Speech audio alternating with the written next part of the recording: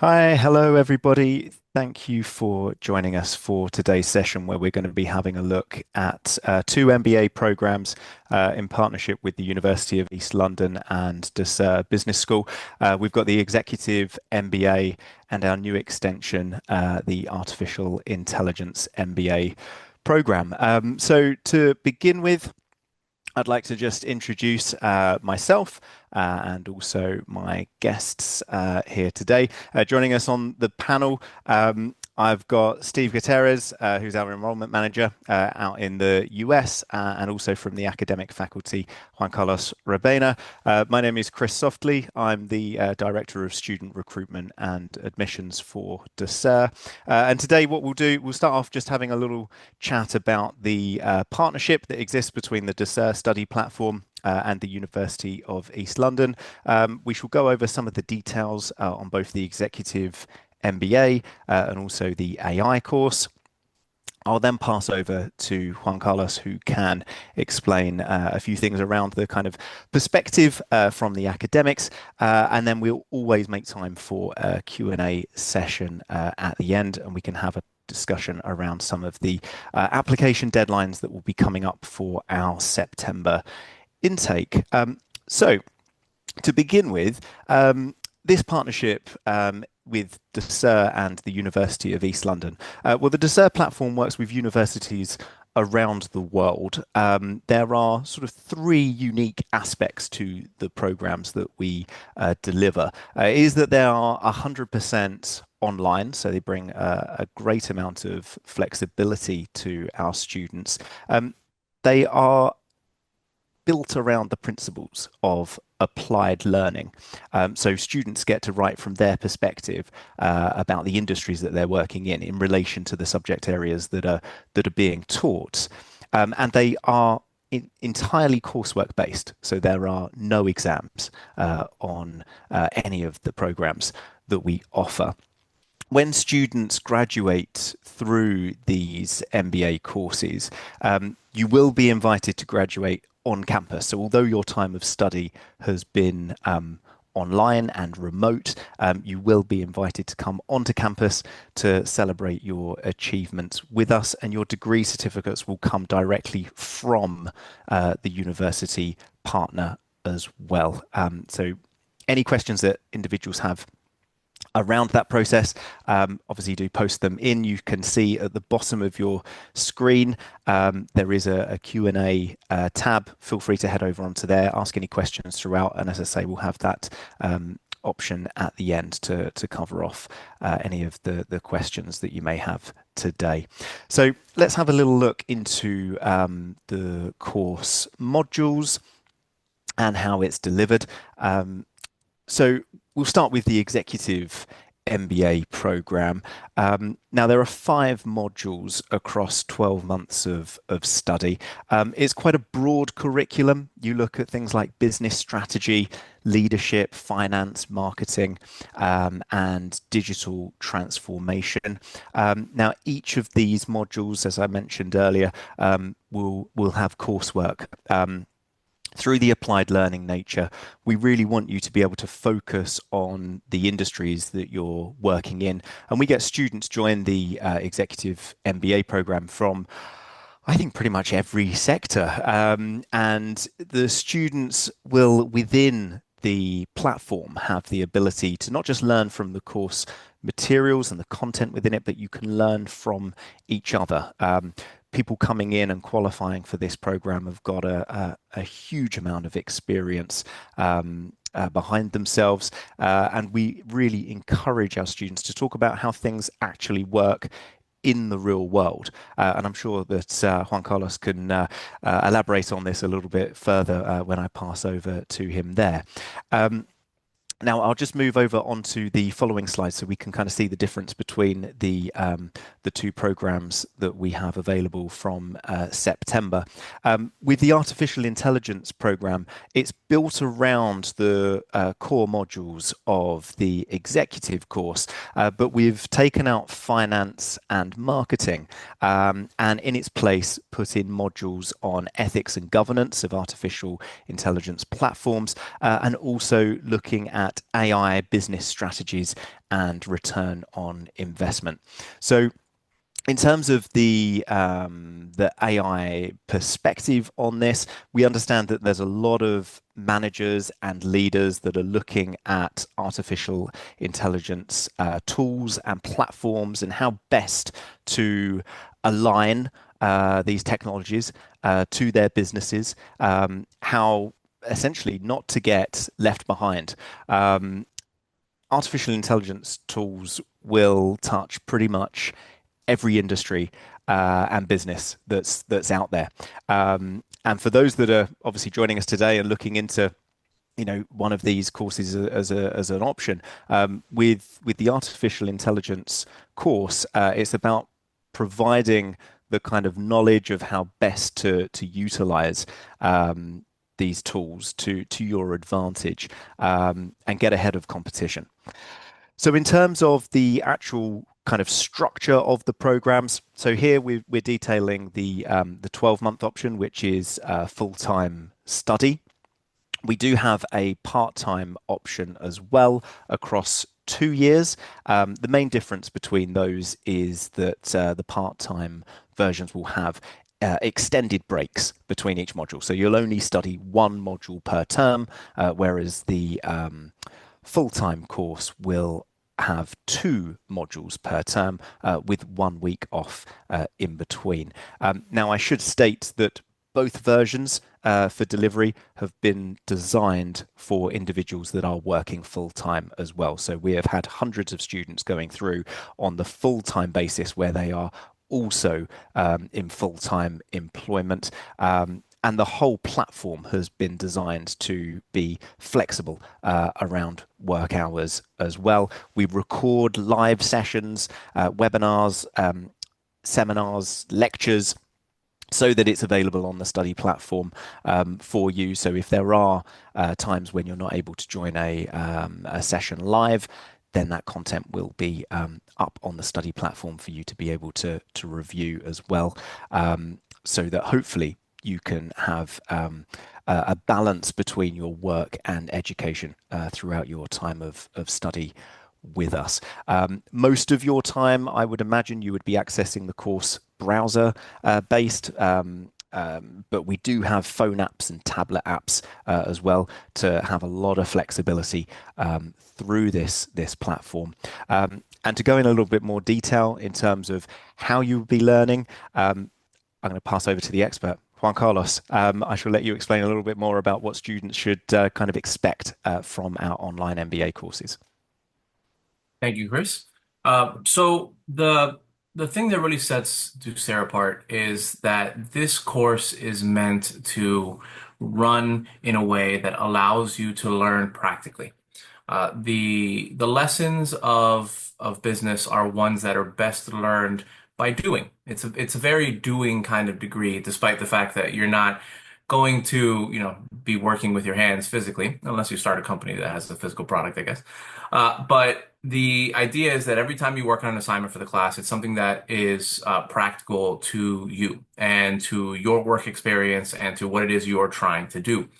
We recommend that all of our students, no matter which class they find themselves in, that they work on their assignments with companies that are near and dear to their heart. So this could be a company you're currently working for, that maybe you could get some of the work that you're already doing on a project that could also count as coursework. Maybe it's a company that you are connected to in some way, shape, or form, like maybe a family business that you want to help out in your part-time. Or maybe it is an idea that you want to start, right? And part of the excitement of the AI degree in particular is trying to meet the future in the part that's bleeding into the present. And one of the best ways to do that is to embrace your entrepreneurial style. So when it comes to the class itself, you're going to be going through each of the modules like you would experience a class that you would think of traditionally as a class, right? So let's say that you have this idea that you go to a lecture and you listen to an academic and you do all that stuff and then you do your work. There is tutorials, right? Is the opportunity for you to listen to a subject matter expert in their field explain concepts to you in a manner that you can understand. But it's designed, like Chris said, to really fit your schedule. All sessions are recorded. So if you can't make the live session, that's okay. You can watch it whenever you want. I actually have some students who do both. The assignments, like we already mentioned, are meant for you to work on projects and companies that you are close to so that you have the opportunity to build on what you're already doing and get the double bonus of not just a degree, but also the professional advancement that comes with putting these skills immediately into practice. And when it comes to generative AI in particular, there's also the opportunity to learn tools basically as they're coming out, as they're fresh, right?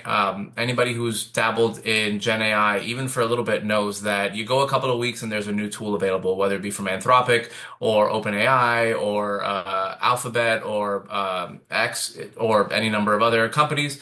The courses are designed in a flexible manner to teach you the fundamentals and to allow you to understand what tools are appropriate to use when and when you can really benefit from them and when you might be running yourself into a little bit of trouble, especially if you start sharing company secrets with tools that you don't know a lot about.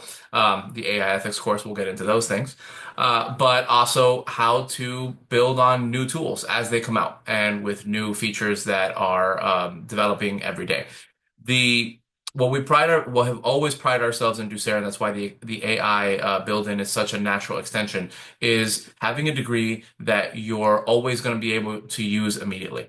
Right? You don't have to wait until you have a piece of paper to potentially go and maybe get a new job or a promotion or whatever else. You still have access to those things as you would with any MBA, but the learning you can apply immediately. And in fact, we hope that you will. And I can tell you from experience that the best feedback that I get from students in the classroom is they come to me shortly after they've submitted usually the last paper in the class and they say, "Hey, I took this to my boss and they thought it was great."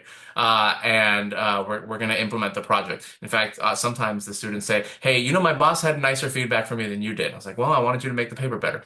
But anyway, the those are the best feedback that we get because it means that we're meeting our practical mission, and that's what sets us apart. We know that you can go to school anywhere, and you can get finance classes and marketing classes and leadership classes anywhere, but do you really want to be spending a lot of time doing case studies on Tylenol's aspirin recall in the 80s and New Coke and all that stuff, or do you want to advance your career in the here and now? We think that most people will choose the latter, and that's why that's our mission every day.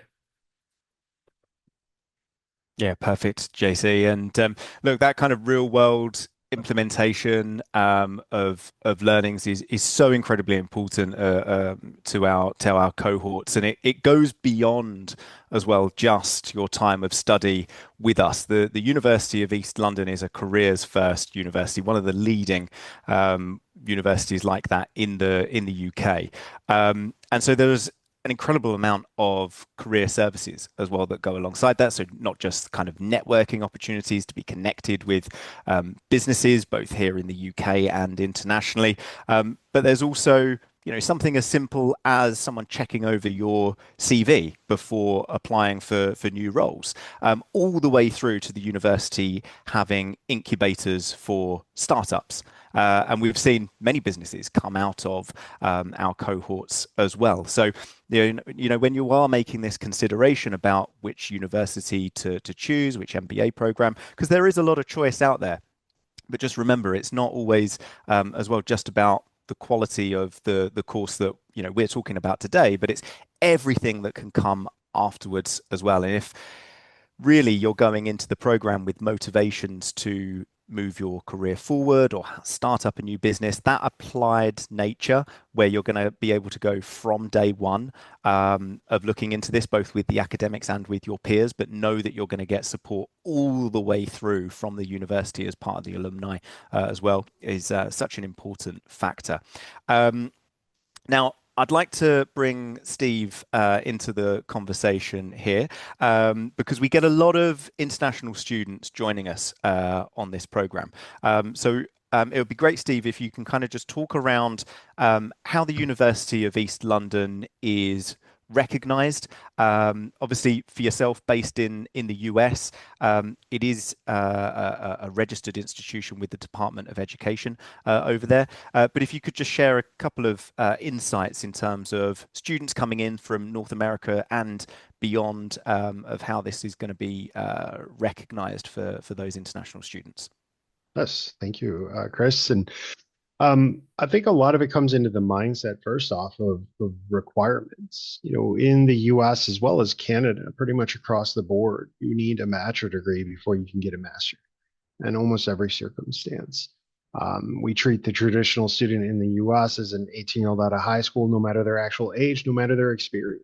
And that's not working for a lot of individuals here within the regions. As our students tend to not have a bachelor degree, but they have vast amounts of experience. They, back in the day, went into the working world, and They had to pay their bills. They had to support their family. They had a great job opportunity, and then they worked their way up on drive, merit, and success, and are now in this position, managerial positions, leadership positions, where their experience far exceeds anything they would ever gain from an undergraduate, which is meant for those unexperienced individuals. So they have kind of a conundrum for themselves. Do I go back and get my bachelor degree, spend the time, money, and effort, maybe 2 to 6 years to do that, maybe 20 to $100,000 to gain a bachelor degree and take classes I could teach? Or, for this route, see an opportunity where they can come directly into the MBA based upon their work experience, and complete this degree in a timely manner in 12 months, all with never taking more than one class at a time. On average, about 10 to 15 hours worth of work per week that they're putting forth, all project based and focused, and really where they're at professionally. So they see this as a great route for themselves to do and do in a timely manner and respectively do without breaking the bank. And then, the questions that come into it. We are in the US, a country that looks towards accreditation. We have about 13 to 16 different kinds of accreditation, and it's become a little ridiculous. And what does it really even mean? Regional accreditation is the highest, most recognized form of accreditation in the US. It's what most reputable, recognizable schools have. State schools, I believe. And that's that kind of comparison we're looking towards. The University of East London is accredited as a public British university under the Royal Charter, which is what Oxford and Cambridge hold, the most world-renowned universities out there. But as well, the University of East London is a Title IV recognized institution by the U.S. Department of Education. So the accreditation and recognition, those things are there. You're just earning a public British master degree. And allowing students to be able to go forward into that route, it's really what they're looking for, what they see being beneficial to themselves, because they are hitting what's so prominent now that they've created a term for it. It's literally called a paper ceiling. I can't move any further internally or especially externally because I don't have a degree. I'm not checking that educational box. And our students, where they're at professionally, are asked typically, what is your highest level of education? And in this case, it would flat out be an MBA, a master degree in business administration, that's going to help them move forward to break through that paper ceiling, and increase their marketability to go along with where their experience is really at. Yeah, thanks, Steve. And it's a really important, part of how we tell students to market themselves, differently from enrollment into the program. I think one of the most impressive statistics that we've seen from student surveys is that almost half of our students will get a pay rise or a promotion before they graduate. And that's because as you enroll into the course, you can change your CV, you can change LinkedIn as you're going through those application portals for jobs. You can start selecting master's degree. That's what you're working towards. And there are so many, filters out there, because we hear it from prospective students who are interested in the program, where people are making applications for jobs where they might have 25 years of professional experience behind them in the field. Technically, they should be the best. They should certainly be shortlisted for interview for that role, but they are essentially being rejected straight away, off the fact that they haven't got a degree. And there's a whole conversation to be had about whether or not businesses are potentially losing talent, because of using those kind of portals for jobs. But unfortunately, it's kind of just the game that we have to play. And the best way forward through that is, if you do have 25 years of professional experience, you add an MBA qualification to your name. and you're becoming a standout candidate for any of the roles that you're looking at there. So it is, really important if you are going down this route, and that's one of the motivating kind of factors. Join us in September and just start marketing yourself differently around that, and it will be great to see kind of the positive impacts that this course can have. Now, it'd be great if we could get up on screen the upcoming deadlines for applications for the September intake, because there are some key dates just around the corner for this. And I'm going to head over to the Q&A session to see which questions have been coming in so far. And whilst we just load that up, you can see here, so the 8th of August, anybody that is applying through student finance routes, so here in the UK, if you're taking out a postgraduate student loan, in the US or Canada, if you're using any of the loan routes there, like Sallie Mae or Earnest loans, those are available in the US. In Canada, you've got some of the student loan programs that are available through each province or state. You're going to have to get your applications into us by the 8th of August. For any self-funding students, there are another couple of weeks on top of that. The 22nd of August is when applications will be closing for the September intake.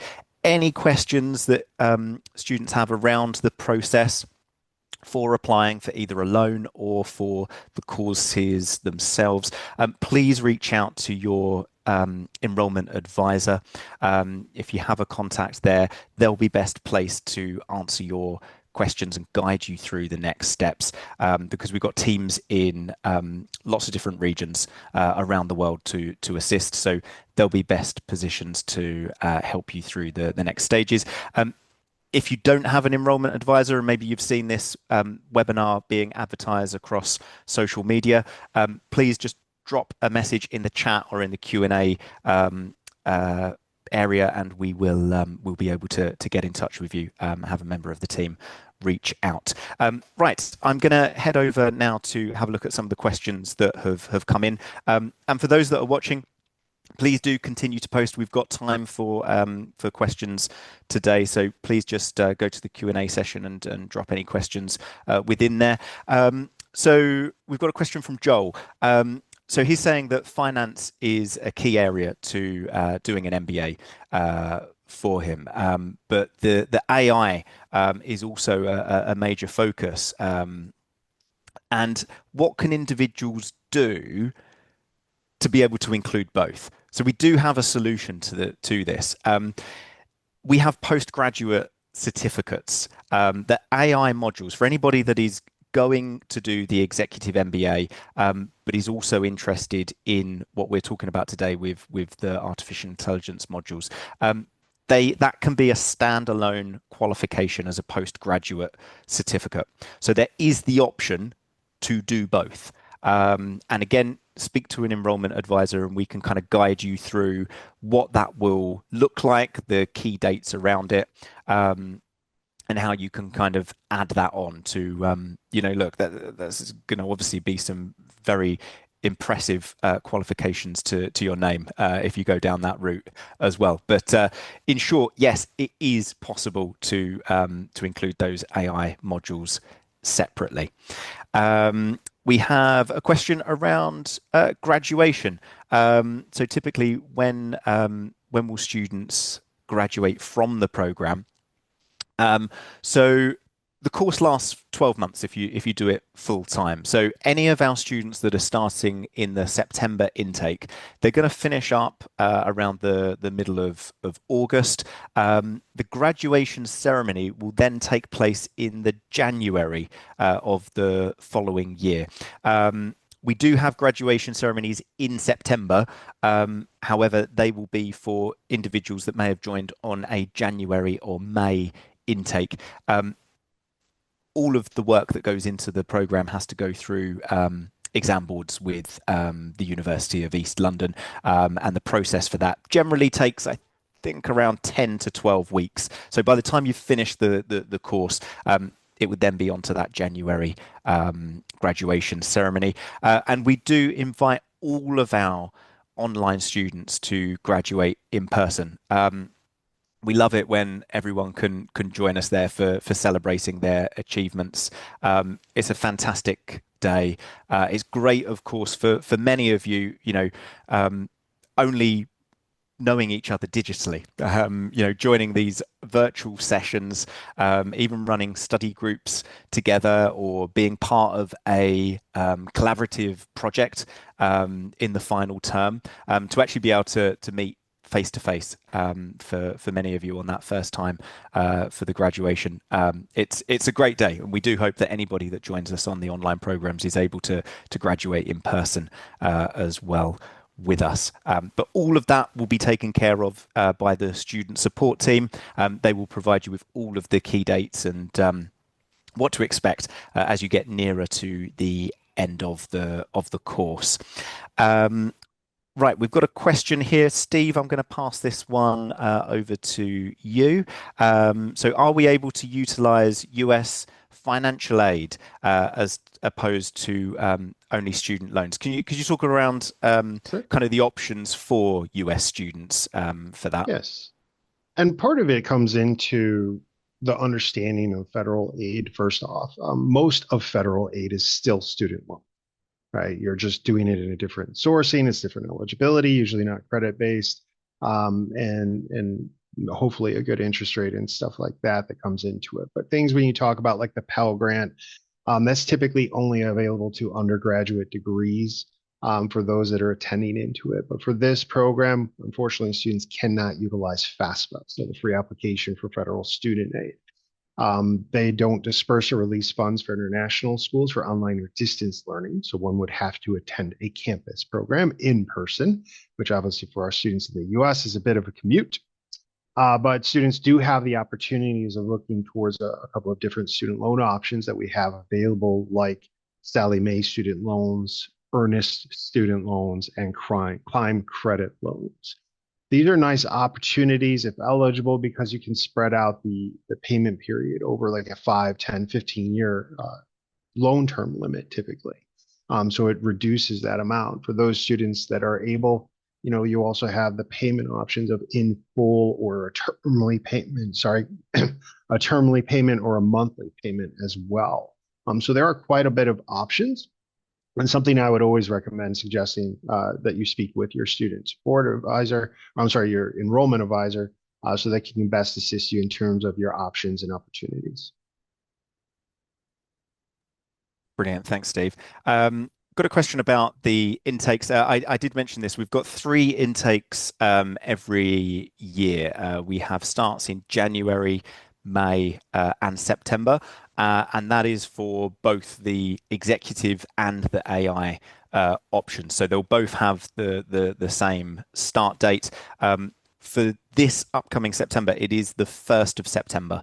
The course will begin. We do have an onboarding week prior to that. So when you go through the enrollment process, you'll be connected with student support and they will provide you then with details of how to log on and then, giving access a week early, becoming familiar with the study platform and going through sort of any troubleshooting that you might have, and really getting you prepared for the course proper for that September start.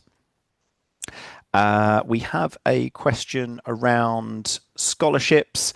So actually, there's 2 questions that come in around this. So one is asking about military scholarships, another one from an international student, just looking at essentially kind of developing nations where the exchange rates might obviously be a little bit more difficult, that might then make the course more expensive. Steve, can you have a chat about kind of some of the options around the kind of limited number of scholarship placements that we might have and how to discuss that with the EAs? Yeah, so again, it comes into those personalized situations of it. You're always going to want to speak to your enrollment advisor so they can let you know, because they're going to know your backstory of things like where you're located, what you might be eligible for specifically, rather than a broadband. Here's the things that are available. But typically there are different routes into it. First off, all of our students are really eligible for our student ambassador scholarship. We talk about this pretty predominantly. It provides a significant tuition reduction. And for this, all we ask is that students be advocates for us, whether they are providing referrals or being involved in webinars, testimonials, things like that to gain their student perspective. We highly value that. Just in as everything here is fixed in British pounds, kind of speaking towards the British pounds, typically you're looking at 19,000 British pounds for the full degree, but that student ambassador scholarship brings it down to in full, it would be 12,850 British pounds. So that's a great opportunity, for a lot of our students to have. We also have hardship scholarship opportunities, whether it be for third world countries, or whether it be, for those individuals that might have extenuating circumstances like a loss of job, which unfortunately is pretty common for a lot of our students that we speak to. There's even more of an extensive scholarship that's eligible for them, potentially of that 9,500 British pounds. I'm bringing that down to it. So there are quite a few options that are available to students, something you would definitely want to discuss with your enrollment advisor. Yeah, absolutely. Thanks so much, Steve.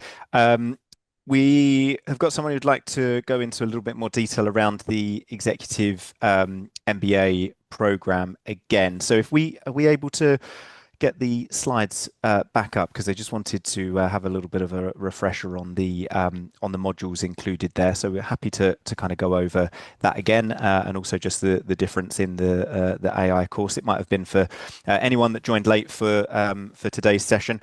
So up on screen here, you can see we've got 5 modules plus an industry applied project. So we've got business strategy, leadership, digital transformation, marketing, communications, and finance for managers. And then with the AI course, we take out the finance and marketing modules, and they're replaced by AI ethics and governance, and AI business strategies and return on investment. I think one of the things that might be interesting to kind of go into a little bit more detail as well here today is with the industry project. Juan Carlos, can you explain a little bit more about kind of what that looks like for students and what they'll be doing in the final term? Sure. So, in the industry project, you get to the course, or you get to the final class, and you have been completing your classes as, traditional. When you get to the industry project, you are in a group working with your classmates, all who are now working on what is essentially their capstone. And the way that that works is that there is an external client who is in need of services. They lay out their services in an RFS, a request for service, and it is the group's job to act on that RFS and to meet the expectations of the client. Essentially, what you're doing is working as a team of consultants. And in having taken everything that you've learned from the program so far, you should be able to execute against that RFS. And I can say that I am one of the faculty members who oversees these projects, and almost always the performance on the projects is pretty excellent. The students do a very good job of making sure that they are going above and beyond what the client is looking for. And we expect as much because you've already had the entire degree to that point to learn all of the tricks and trades, so to speak. So the project is really your chance to shine and to show that what you've learned is applicable directly. And you get to work with a real client, and that's experience that you can also take with you beyond the MBA, because now you have the experience of not just working in isolation when you are putting together a project report for any of the number of classes, but now you've done it for somebody who's going to have demands and requests and maybe necessary changes, et cetera, et cetera. All the fun that comes with working with a client. Thanks, JC. I've got another question for you, if you don't mind. Please. Somebody has just asked about the kind of experience that they would need in artificial intelligence if they were to take that specialized route. What are your thoughts around that for anybody that's might be interested? The answer is none. The only thing you need is a willingness to learn. Now, the courses are designed, the classes, I have to always be careful when I use that word because it means different things in different places. The classes are designed in such a way where you can benefit from them regardless of whether you are using Gen AI on a regular basis at work already. Maybe you're just kind of experimenting. Maybe you're using the tools to write some annoying emails for you, but you already feel some sort of comfort with the tools. But also, you are going to be put in a position to thrive if you have no prior experience with the Gen AI tools, and in fact, maybe you're a little scared by them. All that is necessary in order for you to be able to do well in the AI courses is the same thing that is necessary in all the courses, which is a willingness to learn. Thank you. And actually, do you know what? It applies to all of the modules, really. We people coming in, we know that individuals will have great strengths in lots of areas. But it's also about identifying the gaps in your knowledge. I think probably a common theme that I see is individuals who are really not looking forward to finance as a module. And I've even had people tell me that they're in C-level positions and will sit in the boardroom and never contribute when the CFO is talking because they feel, it's imposter syndrome. But it's all designed in a way so that it is accessible. And it is about identifying those gaps. And what you will typically find is that some individuals will come in and you might have great strengths around digital transformation.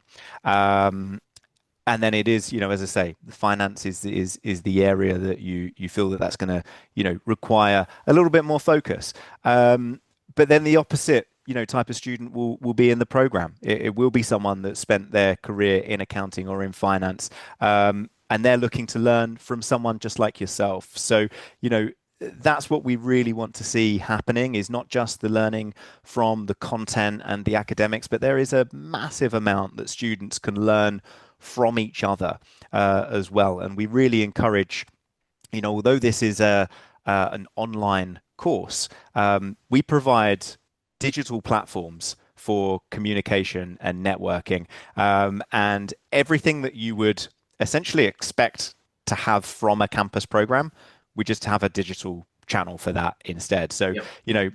Learn from each other, have study groups, whether that's, you do it in Teams or if you do it through a WhatsApp group, however you wish to communicate, you're able to do so. We really do encourage that for our students as well. And one quick note on that, Chris, too, is like, uh, there's oftentimes a preference from potential students to kind of get a message that no, it's okay, it's going to be easier than you think, don't worry about it. It's not. It's going to be challenging. It's going to be work.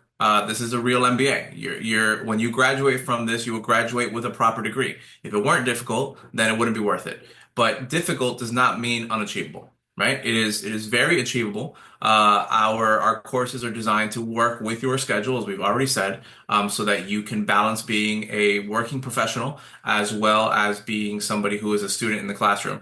But please do not take from this like, oh, I'm just going to show up and I'm going to, turn in a couple papers and everything's going to be great.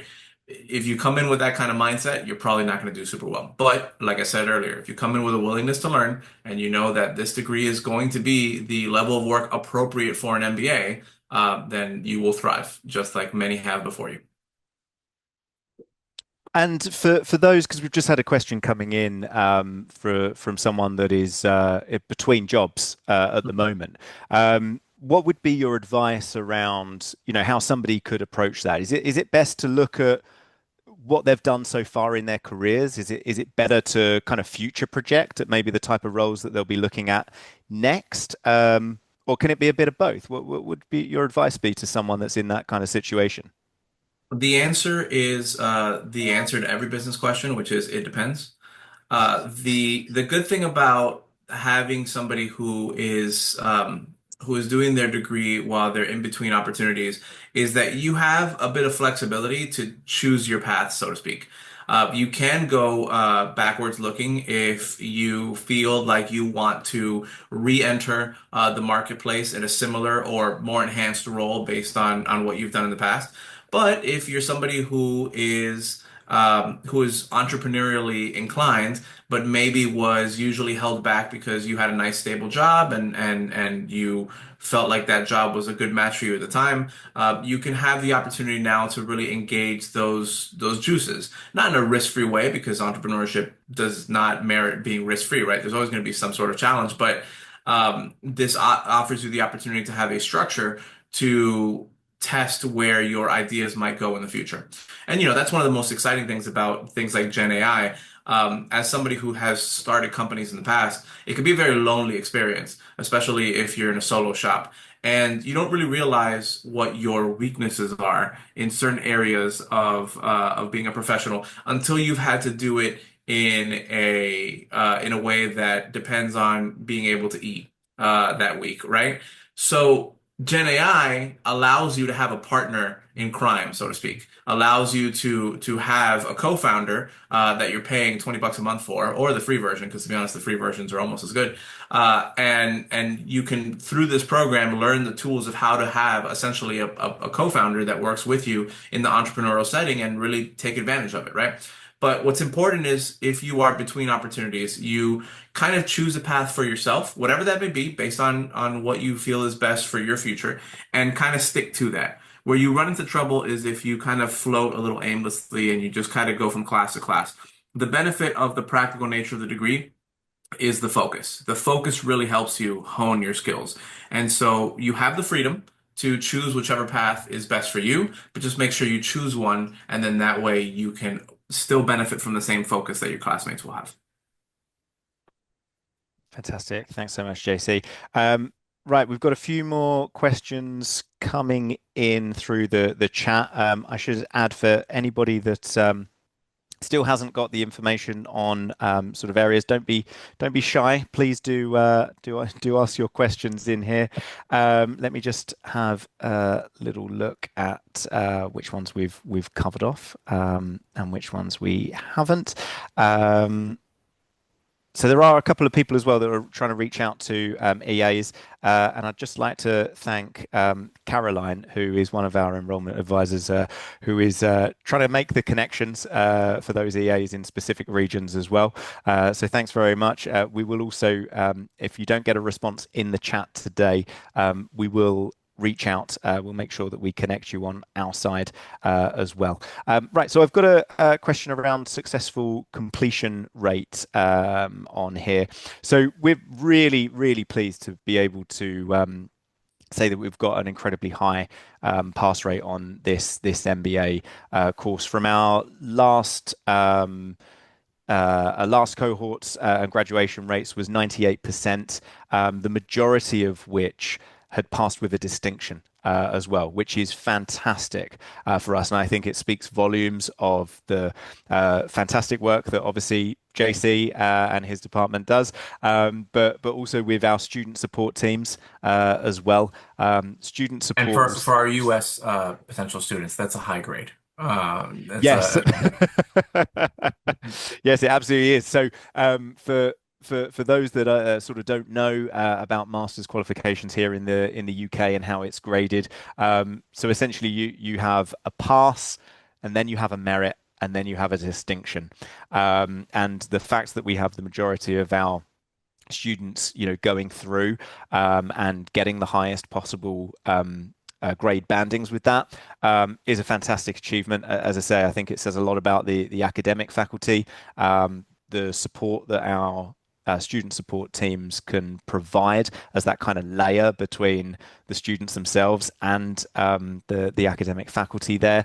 But also it's about finding the right students to begin with. And if you're joining us today, you're already doing the right type of thing, researching into this, what the course is all about, everything that's included in there, and hopefully you've got the right kind of motivations that are there, whether it's for the professional development.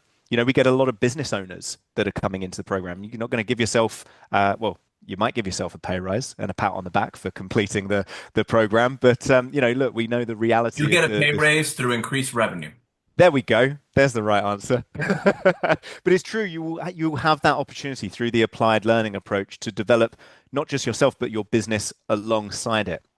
Or, of course, if you're coming in, and as Steve talked about, the kind of ceiling that exists out there, if you don't have the right credentials, but you've got the experience, we can assist you through there as well. So we're really proud of our success rates and the stories that we hear of how our students are utilizing this course and the qualifications that go with it. And we hope that if you join us, that we would able to obviously, see similar successes for yourself as well. We've got some questions about whether or not this session is being recorded. Yes, it is. We're going to send out a recording to everybody that's registered for today's session. So if you joined us late or you'd just like to recap, all of this will be available to you afterwards as well. And I think that might be all of the questions answered from today's session. If anybody would like to post anything else, feel free to do so just as we're kind of wrapping up. We'll see if we can get that answered. But on screen here, I'll just remind everybody of the upcoming dates that we have on here.